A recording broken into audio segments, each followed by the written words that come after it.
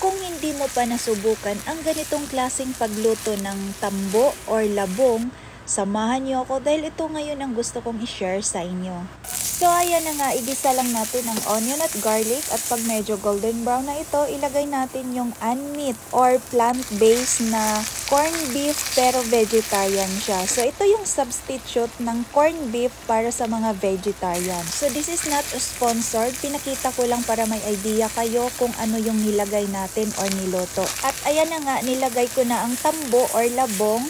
Tapos, ito ay malambot na po ito dahil pinakpakuluan na natin to ng tubig. So, ibig sabihin, madali na itong maluto. At naglagay na din tayo dito ng black beans. At alam naman natin na ang black beans ay meron na yung lasang alat. So, tansya-tansya na lang sa pagtimpla. At naglagay lang din pala ako dito ng konting mushroom powder.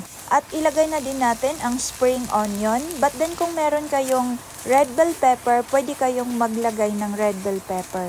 So ito ay luto na. Pwede na natin itong hanguin at i-transfer sa ating lalagayan.